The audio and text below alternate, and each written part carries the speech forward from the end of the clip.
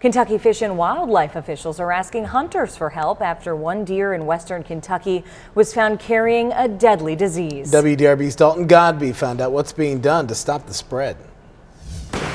As the state's modern gun season for deer draws to a close, state officials have confirmed a fatal brain disease in one western Kentucky buck harvested in Ballard County.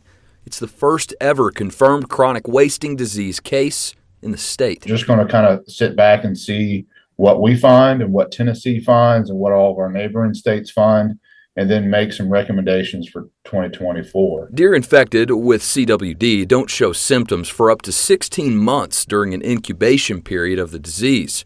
However, fish and wildlife experts say it's critical to report observed illnesses and get the animals tested. Are you wanting to mount this deer or anything? No? Okay. Can we take the whole head? A lot of the symptoms are very similar to other diseases that we see. And so that's why it's so important that we get reports of sick animals, because we want to make sure that it's not chronic wasting disease. Dr. Christine Casey is the veterinarian for the Department of Fish and Wildlife and says CWD is not transmittable to humans.